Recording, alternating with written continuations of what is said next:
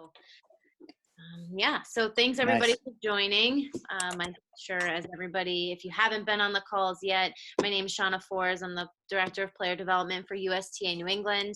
Today we asked Francisco Montoya from Manchester Athletic Club, the director of the academy, to come in and just talk with everybody about developmental planning, what that entails, and all of that good stuff. So I'll go ahead and share my screen, and then Francisco, if you want to introduce yourself and take it away, that'd be great. Sure. Thank you, Shauna, for having me. Interesting times for sure, and very interesting times in regards to planning, because we actually have time in our hands to do certain things that we don't normally find enough time for. So a little background on me: I've been at the Mac Club for like 17 years now, and before that I spent 10 years at the Nicola Tennis Academy in Florida. Now it's IMG, and just have always had a lot of passion towards the development of the kids, and even the adult programs and everything, the competitiveness of things and stuff. So it's cool to be able to do for living something that I truly enjoy. I was introduced to developmental planning, I think about 15 years ago, when the USTA Player Development started holding the high performance coaches symposiums and certifications.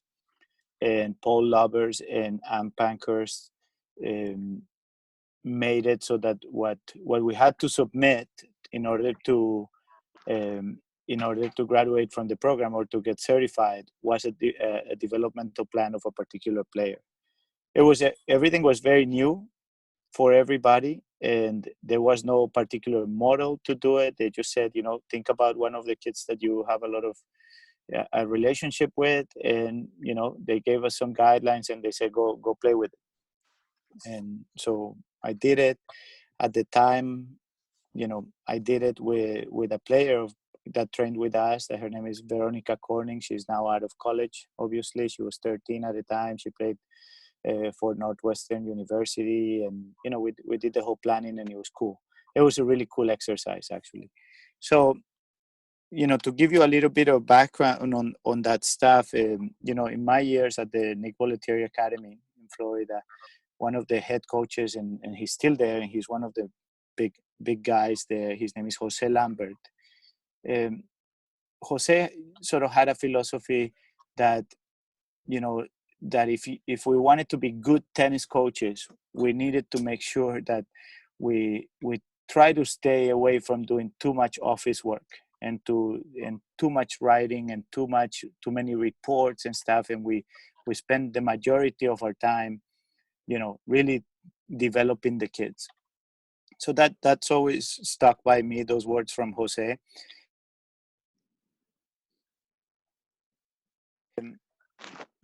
At the same time, then when I got to New England, I heard a presentation from Coach Dave Fish, who was the coach at Harvard at the time, and he made a presentation on being a tennis coach in the 21st century and what that entitled, the transition with technology and with things, and what sort of things you need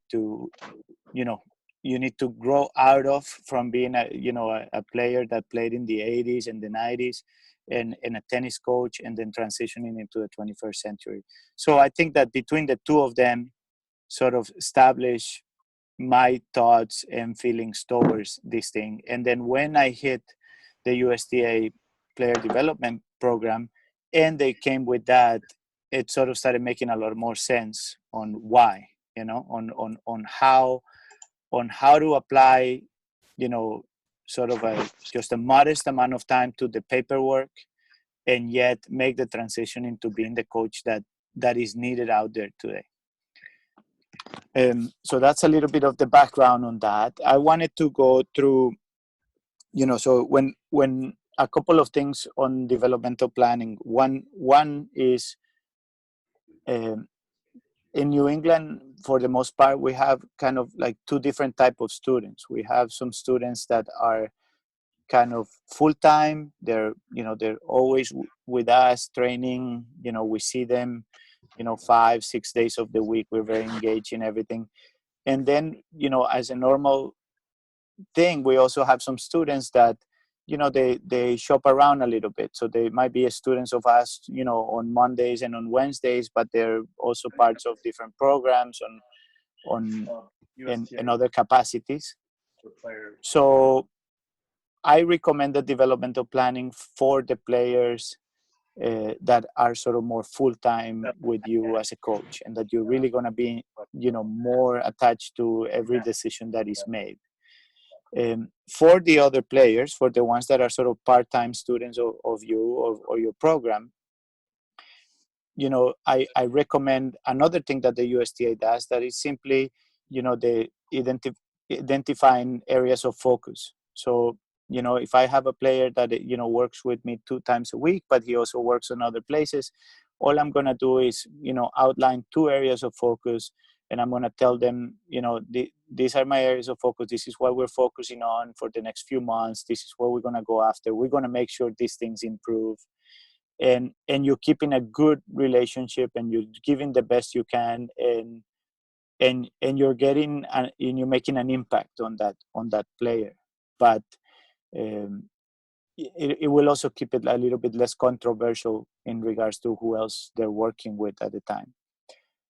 But those would be sort of for the part-time students are students that you identify the areas of focus. You make sure you keep reinforcing them, and you can review those areas of focus every 2 or 3 months and see where you are, and see if you can transition from one to a new one, or if you need to keep on working on the same one.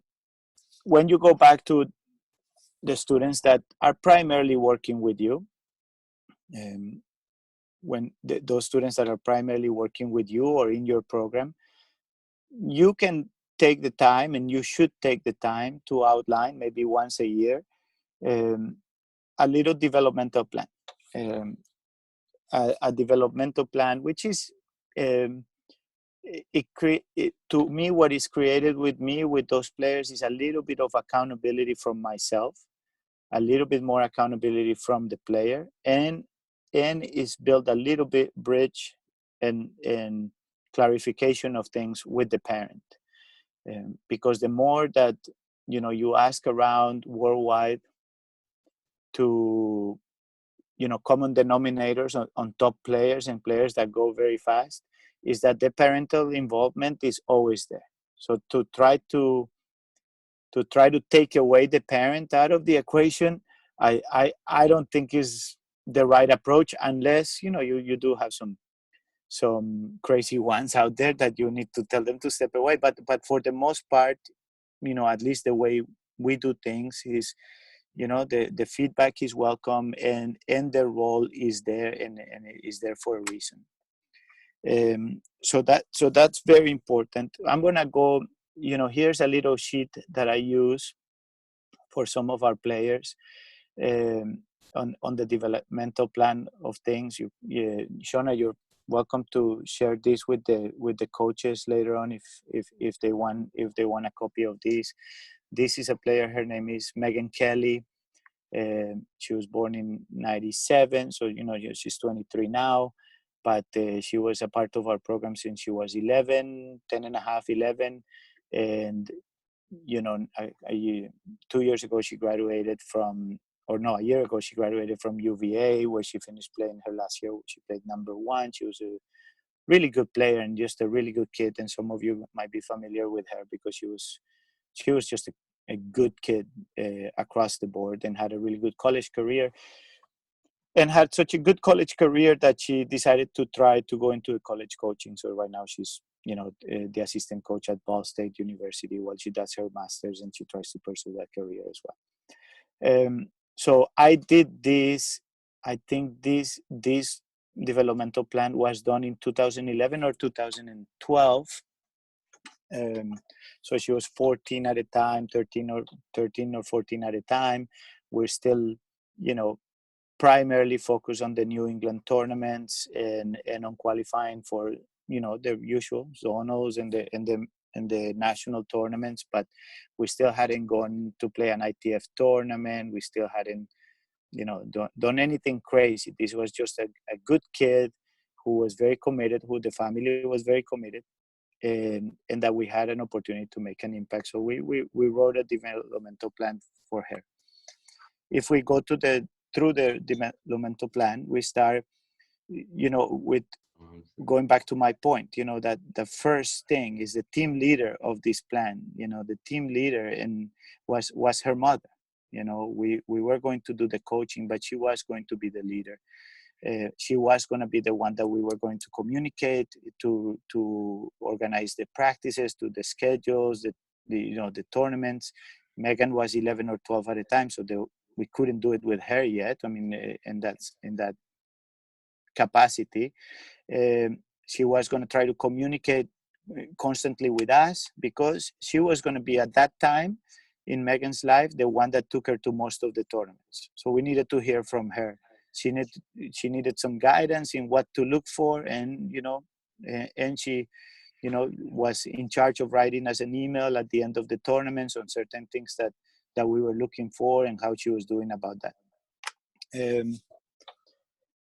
And Megan was from Falmouth, Maine, and so she was here. She would she was getting a permission from school to be here, during the week between Mondays and Thursdays, and then she would go back, and she would do school Monday mornings in Maine. They would let her come here, and she would train sort of Monday, Tuesday, Wednesday, Thursday, and drive back on Thursday. They were doing the public school system over there was accommodating a lot for her to be able to train. But so she was going to spend 3 or 4 days in Maine every week.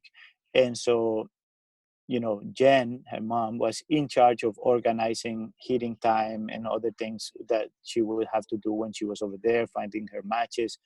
Obviously, with a high level player, um, she needed to play against adults. She needed to do, she needed to be very creative and everything. So she did it. But it was important for us to create that accountability, that title for her to be the team leader. Sometimes we had confrontations, and because we empower her to certain things, but it was good. It was, at the end of the day, it was almost way better to have those confrontations, because they got us places. Her father was not very involved at all, and I think that created a good balance for everyone. Then we have the player. What is Megan, and what role we could give her as an 11 or 12-year-old for the present time back then and for the future. We needed to give her a role, so it was more than just showing up. It was, and it was more than just showing up. The role was create a clear idea of how she wanted to play the game. At that age, you start building that game style. What is it that you do? What is it that you do well? What is it that you like doing? Do you like, to come to the net? Do you like waiting for the other person to miss? Do you like to hit a big serve, even though, growth hasn't fully taken place? Do you like shorter points, longer points? What kind of player are you trying to become? And as we see that, then we can also mold, as we see what she says, we can also kind of mold what we're trying to do on the court with her. Take responsibility of being a top student athlete. We knew that the only way this was going to work is if she was going to be a really, really good academic student, so that the school will allow her to do certain gaps and do things to play.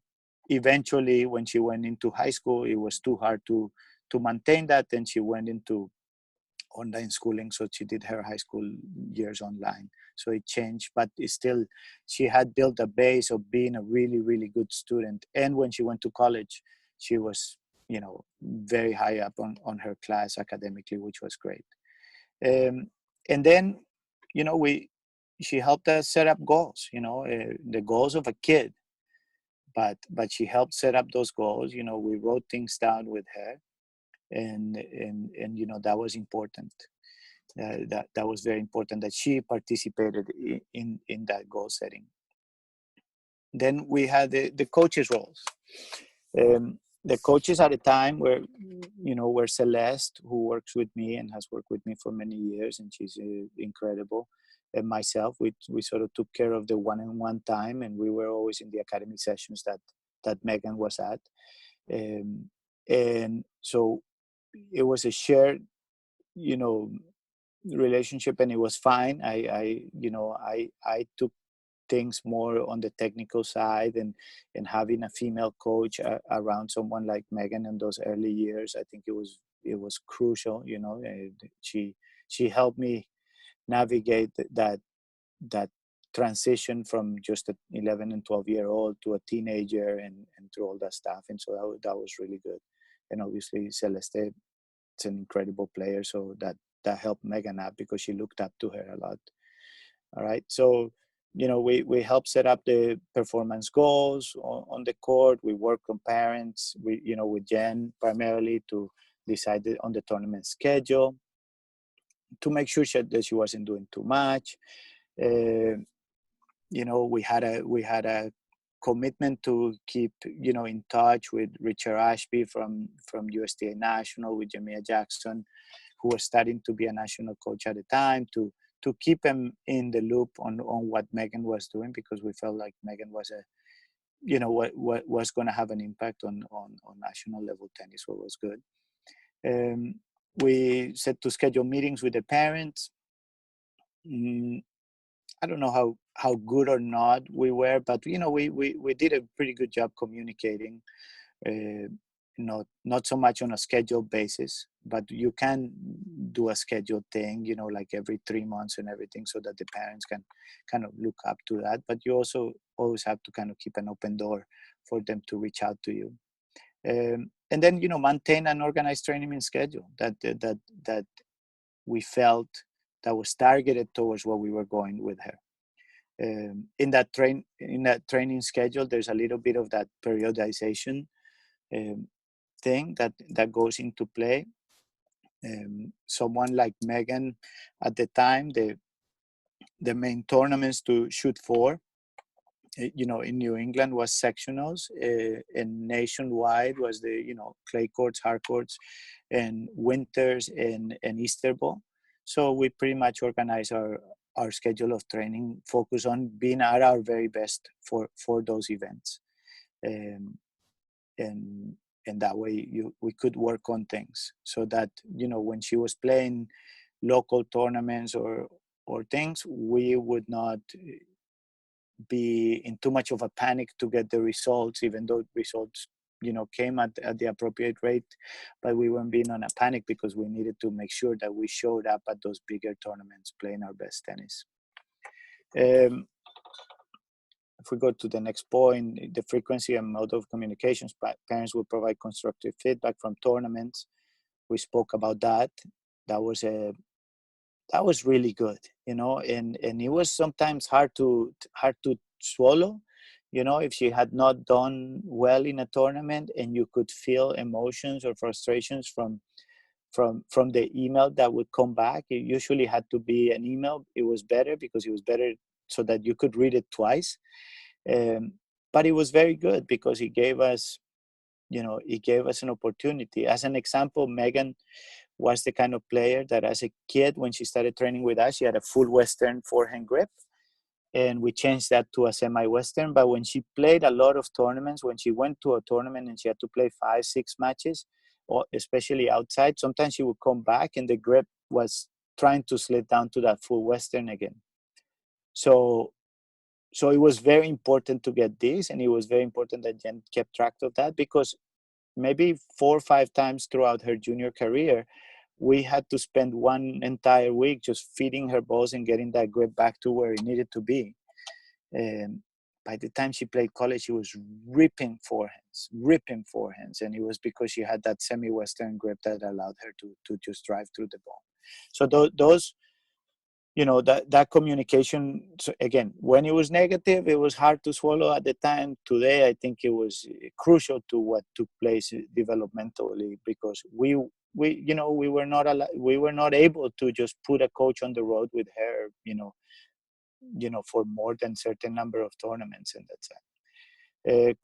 Coaches will email monthly to update on the progress. Yeah, this is something that we try to do. We try to keep a weekly log with the general group of parents, and we try to send a quick email. This is a really good habit. An email of one paragraph with just a couple of little things that we worked on the last month on each kid. It goes a long, long way to a parent, or we're having fun, or I saw that she struggled a little bit, but we're working on things.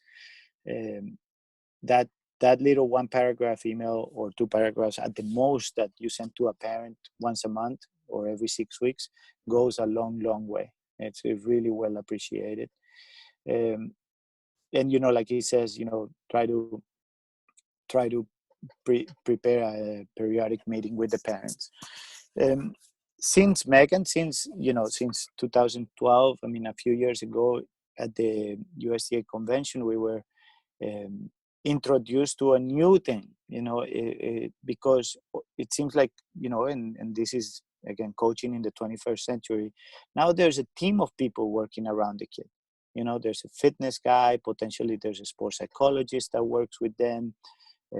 Now there's nutritionists in the picture, this and that. So now we're introduced to a team meeting. So really trying to construct a team meeting once a year or once a season with the main characters, and including the kid and putting him in there and spending a half an hour just where everyone kind of says what they're trying to do. And that usually puts everybody in the same place, because it makes the fitness guy's job easier if I know what he's trying to do. It makes his job easier if he's following what I'm trying to do. And again, it's again, keep it not time consuming, but that's, at that time we had a periodic meeting. The fitness guy was kind of working with me. Now it's more of a team meeting where you try to put the people together and share the ideas on what they're trying to do, which is cool. Can you take me, Shona, to the next page? Yeah, let me just grab it here somewhere.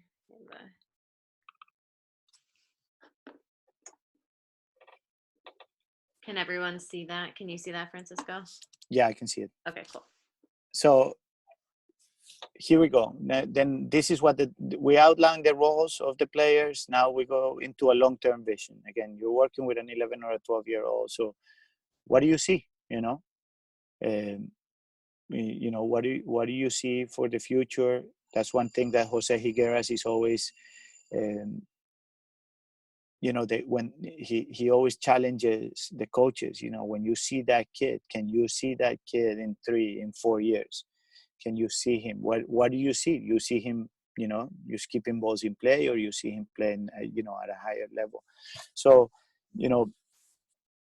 we envision Megan to become an aggressive player. She had a great demeanor to playing under pressure. She was a rock at those times. The forehand and the foot speed were the weapons that we saw, but again, that forehand kept the grip was to be kept adjusting, which was important. We needed to build more killer instinct, because at the 12s, when she was playing against the better kids, she wasn't trying to win the match. She was trying to keep a lot of balls in play, and we wanted to make sure that she went after her shots in the important points, and that she was looking for that forehand, and she volleyed really well. So it was things to look for in the long run. So there were things that we were saying all the time. The performance overview. She was a tough competitor. She was really good at realizing what the other girl didn't like. She was really good. If it was consistency, she would keep her out there. If it was movement, she would make her move. She was very good at making that adjustment, having that vision. And the one thing that was let me rephrase that. She was very good at outlining a plan and then sticking to that plan. That was her biggest asset. What we wanted to make sure was that she could make adjustments as the match went on, because the other players, especially the very good ones, were making adjustments. When they realized that she was doing certain things, they made changes, and we wanted Megan to be able to make those changes. So those were the two things. One was the long-term vision, what we saw for the future in her game. When I look at her, when I think of her, you know, a year and a half ago when she would come to training between seasons or at college, I think we were pretty much on target with what took place. Um, you know, she didn't get too tall, but she used to use her serve, her wide serve, you know, to create the opening and go with the forehand to the open court. And she was a good mover. And we worked so much on transitioning and coming to the net that she became the kind of player that she could put balls away. And then the general performance, you know, where was she at the time? So those are the two things. As we look into, you know, sort of like the technical assessment, you will go through, you know, you can outline the serve. Her grips were a little too strong.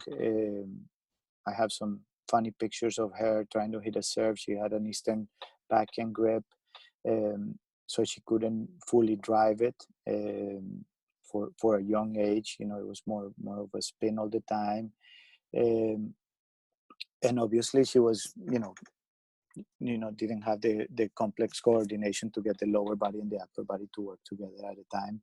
So it was something to keep working on. Return of serve, she didn't miss a lot. She didn't miss a lot at all. We did a lot. We wanted her to make sure that the second serve was going to be the weakest shot that she was going to see, even against the top players and for many years to come. So we wanted her to, move inside the baseline, try to take more returns early, just to take time away and put the other players under a little bit of pressure.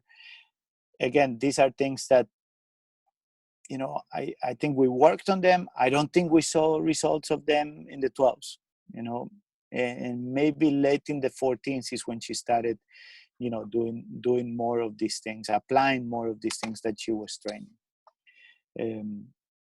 On her forehands, at the time, here it is. We need to make sure that grip stays on the semi-Western form. It did and it didn't, and we kept moving it, and eventually the semi-Western took over when the strength and the confidence got there, and it never changed again. But even at 16, I think was probably the last time that we had to readjust that grip after a couple of tournaments. I think she came back from Europe from playing on clay, and she probably had to hit so many heavy balls that the grip moved. See, that's what it says in the thing. On her case, her best forehands came, when she kept the left hand on the racket a little bit longer, so she could separate the arms away from the body and create a little bit of space right away. That's when she used the best leverage and she made the best contact. So, that was also an important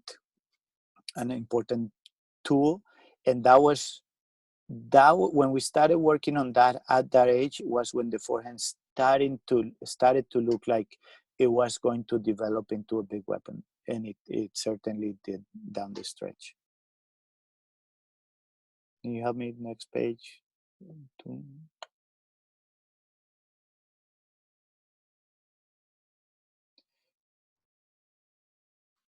Her backhand was very reliable. We worked on it being really, really good. In regards to consistency, in regards to of defensive play, at the time, she was kind of so steady that she would only go down the line if she was going for a winner or for a big shot. And I'm sort of a believer that you need to learn to hit that down the line backhand with some weight, with some spin, or with a slice down the line to try to force your opponent to bring the ball back to your forehand side, which is the side that you want to play off anyway. So, we work on that change of directions. Technically, we had moved her hands, and she did stick to that grip from an early age, which was good. backhand slice. She had good feeling. She was coming from an Eastern, what's it called, like Eastern backhand grip early on with the two-handed. So when we moved it to a continental, we had to sort of reshape all the slice and everything. And eventually she grew up to have a good slice backhand that she controls a lot of points, and a very good drop shot that is a sort of like a progression from that backhand slice. And I remember asking her, like, how, after her first year of college, and I said, how much does your coach like your drop shots? And she said he loves them. so that was really good, because it was a tool. And it was a tool that we had included. When we talked about approach shots, the swinging volleys, the slice, what we felt was that the fundamentals were there. We were working on those things, that we were not getting the commitment from her to attack the open court. I'm sort of a big believer that the more that you attack the open court when you have the easy ball, the more that your opponent is the one doing the running, and overall it will pay you dividends down the road. So she would set up the point, and she would go behind them a lot, and then lose the point, and then the next time that she had the short ball, she wouldn't attack it, because she felt like she had lost the last point, instead of banking on making the opponent run more and more. Through time she got more confident, and she used more of those shots. And then it goes into a description of what the forehand volley was, with the backswing. Again, this is just an exercise of where she was at the time, and what, again, look at the writing under each thing is one or two things, and that's it. So, again, I don't think I've ever written a developmental plan that is taken me more than an hour, because it shouldn't. It should be, it should be efficient. The backends, the backhand volley, here you can read that, in release of the left hand, because again, we started working with her when she was 10 or 11, and she started with a two-handed backhand volley. That's where she was, and we had to slowly teach her the one-handed volley and stuff. The overhead, I mean, you can imagine the overhead of an 11-year-old. The technique might be okay, but execution on the court is another thing. But you outline those things. The technique is good. All right, now let's work on the scenarios. So that would be like all the hands side of things. The technical side of most of her strokes at the time when she was 11 or 12. You go to the feet, which is the footwork and balance.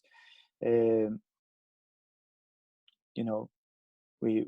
had a kid that wasn't afraid to run for balls when she was frustrated. She didn't love running for every drop shot and everything, but she was trained to run, and she was a good runner, so it was good.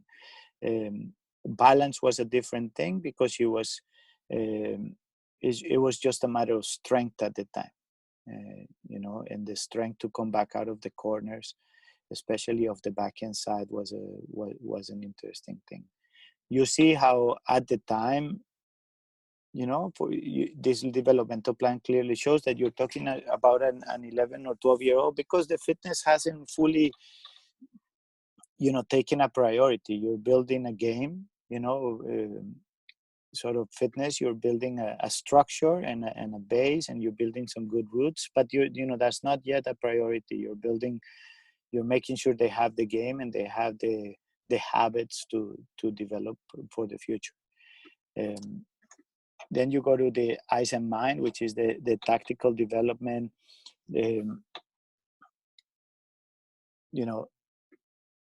So you see that Megan does a good job recognizing the defensive side of things. She was a good defender. She knew how to stay in the point, and part of it was confidence, and part of it was recognition to put pressure on the opponent when the opportunity came, especially on the backhand side. She had a really a much harder time moving to 3/4 of the court on the backhand side and putting pressure than on the forehand side. Okay.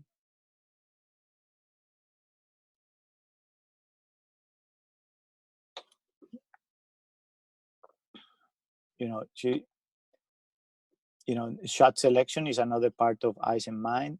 Um, you're more disciplined to attack the open court when she steps inside the court. I mean, I think, I grew a few, I don't have a lot of gray hairs, but I grew a few from just seeing her go behind the opponent when she had the opportunity sometimes. Um, but but I think we got to the point from just continuous reinforcing.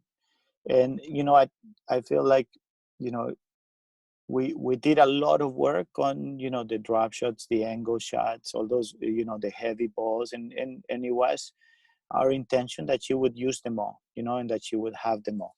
So we that was also a part of what it was done every week. The physical development, again, is clearly an athlete. uh, she's growing. Again, we're talking about her at 11. It's hard to think that she's 23 right now. Building more muscle to generate more explosion from some of her shots. The serve, especially if she goes to be 5'9", 5'10", which I think she's 5'8", she will have the prototype of a professional athlete. That's that's one way of saying things to a parent. Like, listen, hey, anything can happen here, um, and and this is how we're going about it. That's how we're going to, about her development. Um, if you see the emotional and psychological development, you know, we talk about how, and we all need to be alert to continue making this our strengths as she reaches this new age, which is, she was about to start, being a teenager and making a transition to that. The balance is important, which I think that one of the best, like, I love the fact that she was going home on every weekend, even if she had to spend the weeks here, that she was going home every weekend and she was getting sort of that balance, and she still had friends from school and all that stuff. So that sort of ends what we saw in that kid. And you can, you can look at a kid that you work with along, and you can just outline your own bullet points of the things that you're looking at and create a little description. And I think, this is so much fun because I'm looking at it, 8 or 9 years after, and I'm like, man, this is cool. I'm glad this is how I was thinking, because it made a difference on how we trained her, and when we had to make changes and things. Um, at the time, so we outlined three main areas that needed improvement. Today they call them areas of focus, or the priorities. What this means is that we worked on these things every single day, whether it was 10 minutes, whether it was 5 minutes or 15 minutes, or whether we might made more uh, more time for that. They were always worked on at the time. We kept outlining areas of focus as she grew up, and things change. If you see, the first priority is the good coordination between lower and upper body on her serve. And we gave him a priority, and we wrote a little plan for it, so that we created that accountability for us coaches to her and to her parents, uh, that what we were going to do and how we were going to go about it. You know, it also speaks about involving all the serves, the kick, the slice, the flat, and even the serve and volley type of serve, to all the practice sessions. The second priority was the tactical discipline to attack the open court. Man, I keep bouncing on this, but it's just very important. It's just very important, and it's easy to teach, and it makes a big difference as the kids grow. That we sort of have a way of seeing things, like if the ball gets easy, change directions, and and go after the open courts. So making the opponent run and everything. I think it was important, and it was simple enough for for an 11 or 12-year-old to hear it and understand it, and then they continue growing from that stuff. But you're setting up the roots. Um, and then the third priority was when we started seeing that by keeping the racket, the left hand on the racket a little bit longer as she prepared, that she created that extra space with the ball, that the elbow got a little bit out of the body, and that she was definitely making contact more in front and going bigger on those forehands. So um, we kept on reinforcing that, and that is made a big difference on us. So again, we finished the developmental plan with those three areas of focus. As a coach, you can sort of review those areas of focus every 2 or 3 months. Sometimes it's going to take us a year to get through one of them. Sometimes it's going to take us, after 2 months, you say, okay, that slice serve is there. Now let's find one more little homework so that they know what they need to improve and they go after it. So that's the developmental plan of a high level player done, and a number of years ago. We I think I do maybe 4 or 5 a year. I'm sure Celeste and Ricardo, some of the other coaches, also keep their notes. And this makes a difference. This definitely makes a difference. And again, if I'm doing 5 a year, that's 1 hour each. That's 5 hours. They deserve that I put that time, and that helps my day to day, because I know where they are, I know where I would like them to go, and I know what are the little things that we're doing to get to that place. So that's primarily the reason for that.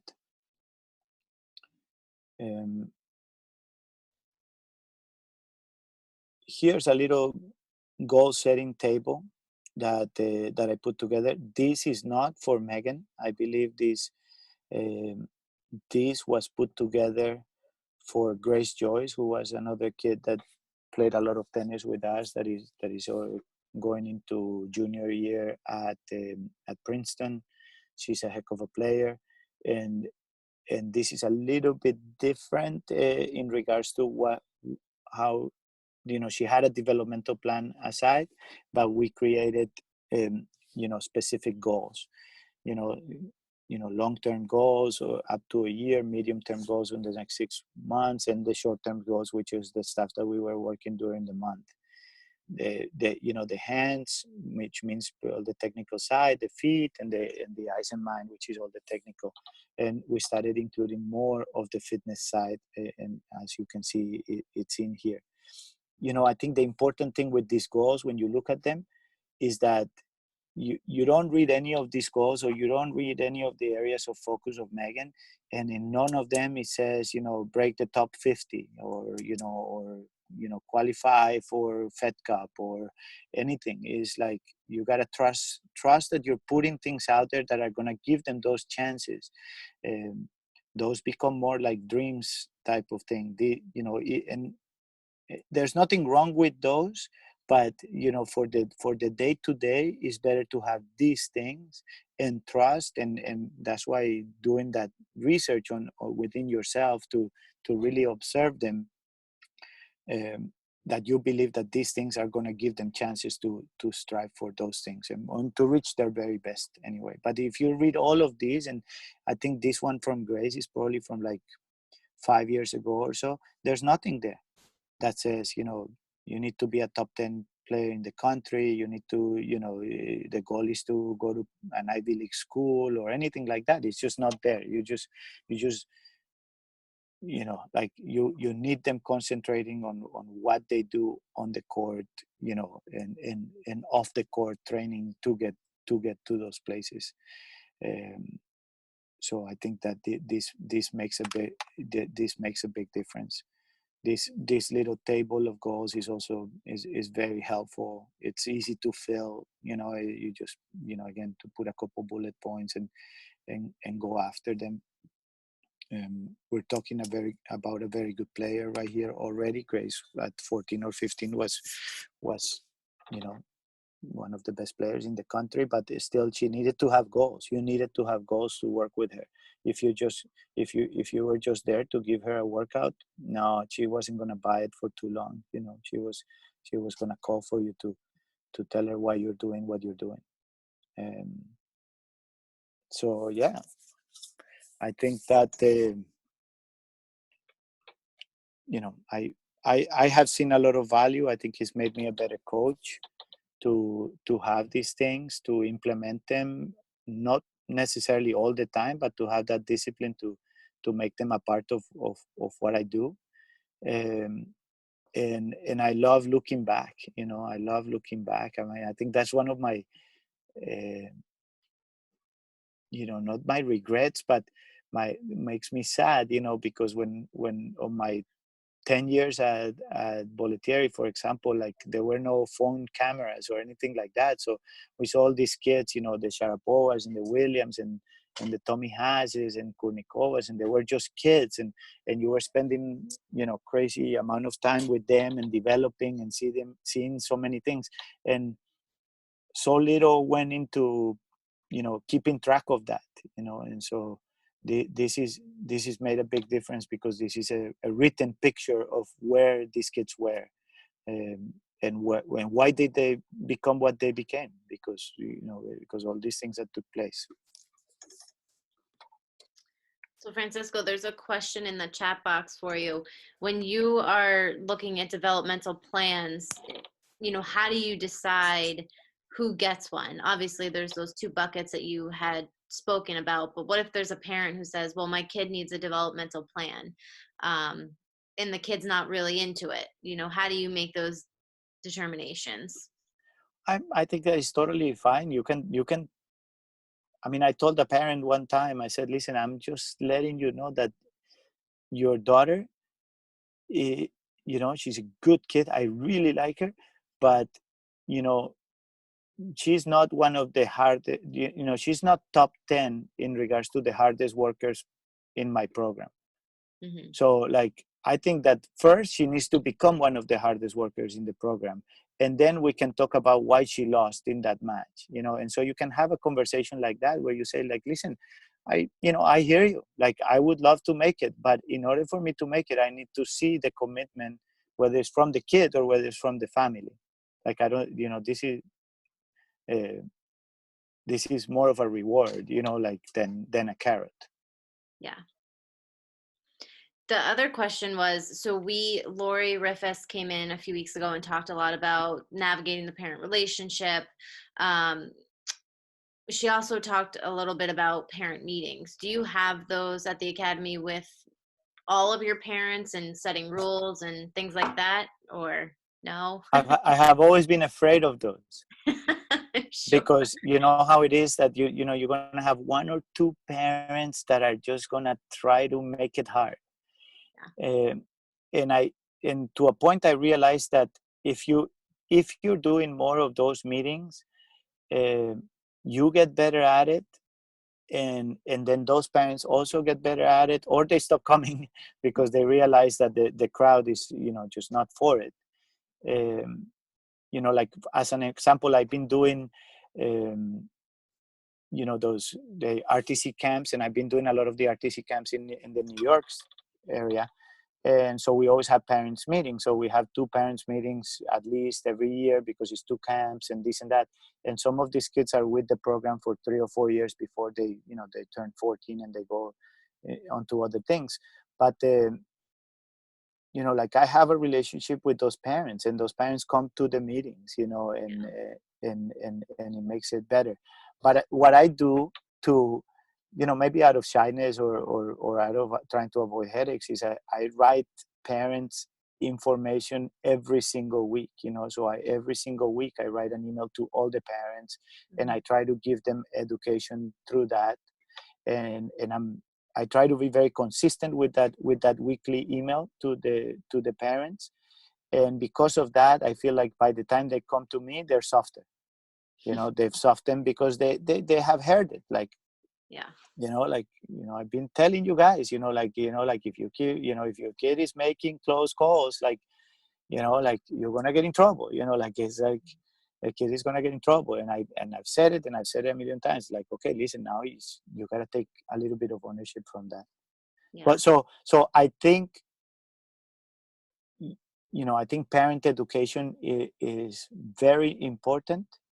I think about my parents, for example, and me being a parent, like, like I'm learning to be a parent as it goes, and so the more that I can hear it from people, instead of trying to avoid me, or ignoring my phone call, or or my concerns, Mhm. the better I get, because I am in, obviously, like Lori says, like, I have the most best intentions with my kid, and they have the Yeah. best intentions with their kids, right? Right. Yeah. The parent relationship is so important. The next question, do you, in your recommendation, should tennis professionals devote time to constructing developmental plans for red, orange, and green to give parents with players in the program goals and expectations? I think I would start with the areas of focus. Hmm. I think, it would go a long way if, if there are two areas of focus, like, so that you say, like, listen, you're in the orange group, but I need you to get out of orange with a continental grip on that serve. Okay, Hmm. like, it's specific, get it done. In establishing a routine to write in a developmental plan, it's possible, but it really has to be a kid that is showing you, a lot in commitment and everything. So again, how cool would it be, to see a developmental plan from Coco Goff, like, because clearly when she was 9, she was probably very good. So Right. um, having that, I think it will go a long way. I don't think it's necessary. I think the areas of focus go a long way with the kids, and with the parents' engagement and everything. And so hopefully, maybe, they do a little bit of extra, like they do a little bit of extra, maybe they do a little extra lesson here and there to try to get to that point with the area of focus, or they go, do something on a public court, or they learn to jump rope. uh, Right. we had a kid here a couple of years ago, and somehow he was like 12, and we did a station, and the kid had to jump rope, and it was horrendous. And we was like, okay, here's an area of focus, buddy. You got to learn to jump rope. You can't be a tennis player, and coordination wise, and in many other physical reasons, but even just so that when you go to Nashua and you need to warm up for your match, you can go in the parking lot and jump rope for 2 minutes, and get ready, like, Yeah. like this is gotta happen. And we made it an area of focus, and the kid, can do double unders now, but because we actually made it a priority at some point. Right. Right. That all makes sense. Any other questions? I don't think we have anything else that's popped in here. I the other thing that is out there right now is, and when we do a little bit of work with them, with a couple of our kids, a good friend of Tennis New England, or a couple of good friends of Tennis New England, Tim Donovan and Jeff Perup. They started a program. It is called Cross Court Consulting, and this is also kind of what they do. They're not out there to coach the kids necessarily all the time. The kids have their programs, they have their coaches, and what they're there for is guidance. So I work with one kid that is sort of been guided by Jeff Berup, and Jeff is the one that he is the team leader in this scenario, and he puts together a more detailed developmental plan. And and he's in more, that his job literally is to really be in touch with me, and with the kid's mom, and with the tournaments, and with what is going on. And it's made my job a little bit easier in those regards, and it gives me a lot of accountability. Like, I feel like I gotta deliver. But I also have, is someone I respect, and it gives me a plan to do things. So that's also, services that are going out there if you feel like you need support, because I think that's been I just there's a lot of really good people in the industry, and I feel like you only get better by asking for help and by using other people's expertise. So that's been really good. That's And again, perfect. it's a 'Cause I was way gonna it's say a the way same better thing. it was a way better developmental plan than the one I wrote. Well, no, I think it was really very helpful. And I think, that's perfect because there are a lot of other resources out there that we can also provide in the follow-up email as well. And we can provide the contact information for Jeff at CrossCore Consulting and Tim Donovan, so you have it. And all of the other good stuff that we talked about in the very beginning, the fitness challenge and the promotions for NetNex through our marketing team, so we can provide all of the information to you. Yeah, So thanks, very cool. Francisco, for Yeah. joining us today. We really appreciate you taking the time. No, thank you guys. I hope everybody's, fingers crossed, so that May 18th we're allowed to start doing a little bit of things, because I think that all the kids have been itching to get out there. I Yeah. love the stories. I love the stories of these kids hitting against the walls, running, jumping, getting kicked out of courts, right? Like this kid texted me the other day. He got kicked out of the public court by the police 3 times, even though 2 of the times he was by himself hitting serves. Like, so there was, no point. But I think, like, kids are learning a lot. Um, from these, and I really am a big fan of, and even bigger fan of, like, the tennis players themselves, because how driven they are to keep moving, and so it's very cool to see, and it's it's going to be very interesting, because I feel like these kids are on fire when as soon as we let them get out, of their houses and doing more things. Yeah, definitely. But They'll be itching to play, so that's good. yeah, thank you, Shauna. Of course. Thanks, guys. We'll talk Thanks to so you all much. soon. Thank you, Have a good day. everybody. Bye. Thanks. Bye.